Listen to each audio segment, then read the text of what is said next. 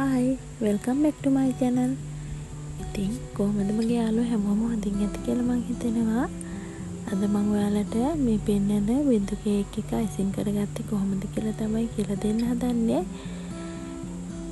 එහෙනම් අපි අපේ වීඩියෝත් එක්ක එකතු වෙලා බලමුකෝ මේක හදාගත්තේ කොහොමද කියලා.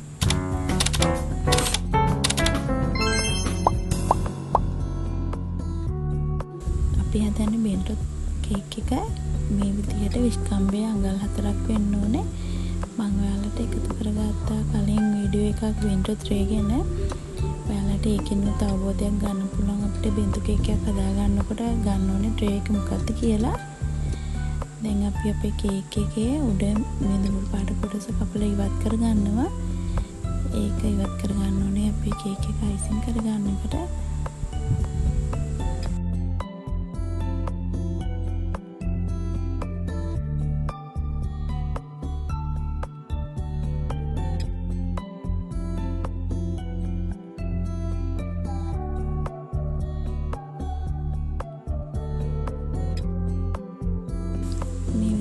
ඇසින් තවරගෙන අපි සම්පූර්ණ කේක් එක කම්පෝට් කරගන්නවා. අපි වැඩි කොටස අයින් කරගන්න. ඒ කියන්නේ ගොඩක් කම්පෝට් කරනකොට සම්පූර්ණ ගොඩක් ඇසින් තවරගන්නේ නැහැ.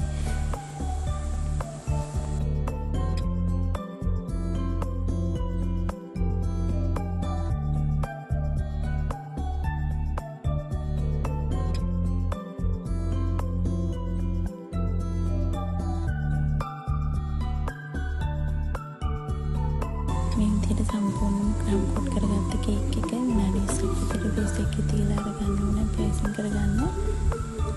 දැන් අපි නැවතත් අයිසින් එකක් දානවා. එයාලට මේ අවසානට දාන එක දෙපාරක් විතර දාලා සම්පූර්ණ කේක් එක කවර් කරගන්න පුළුවන්. මම මෙතනදී එකපාරේ කවර් කරගන්නේ.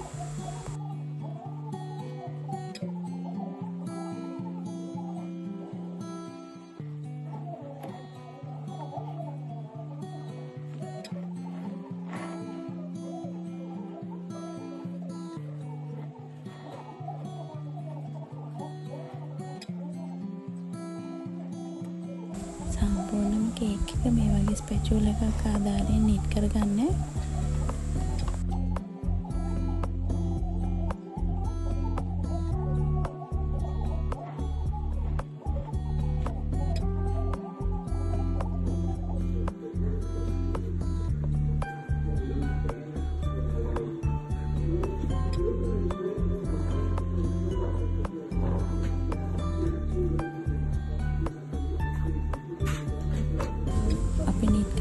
කේක් එක දැන් මේ සරසන්නේ ෆොන්ඩන්ට් අයිසින් වලින් කපපු හાર્ට් වගේක්.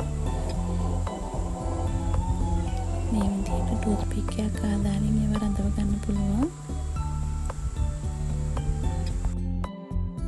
ෆොන්ඩන්ට් අයිසින් එකත් හදාගන්න දන්නේ නැත්නම් මගේ වීඩියෝ එකක් ඇති ෆොන්ඩන්ට් අයිසින් මගේ එකත් මේ ඩිස්ක්‍රිප්ෂන් බොක්ස් එකේ ටැග් කරන්නම්. ඔයාලට එතනින් උනත් යන්න පුළුවන්. ෆොන්ඩන්ට් රෙසිපි එක නිවැරදි ආකාරයෙන් හදාගත්තොත් මේ විදිහට ලස්සනට හાર્ට් ෂේප් කපා ගන්න පුළුවන්. අපේ බින්දු කේක් එක මේ වගේ බෙන්තු බොක්ස් එකකට දාලා තමයි පිළිගන්වන්නේ. ඔයාලට මේක බර්ත්ඩේ කේක් එකකට එහෙම නැත්නම් සර්ප්‍රයිස් එකකට උනත් අරන් යන්න පුළුවන්. ඕනම ෆන්ක්ෂන් එකකට සුදුසු කේක් වර්ගයක් තමයි බින්දු කේක් කියන්නේ.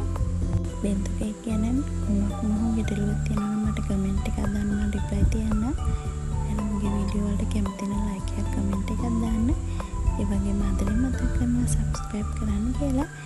එහෙනම් නැවතත් අලුත් වීඩියෝ එකකින් හම්බෙන්නකම් ගිහින් එන්න. ඔයාලට සුබ දවසක්.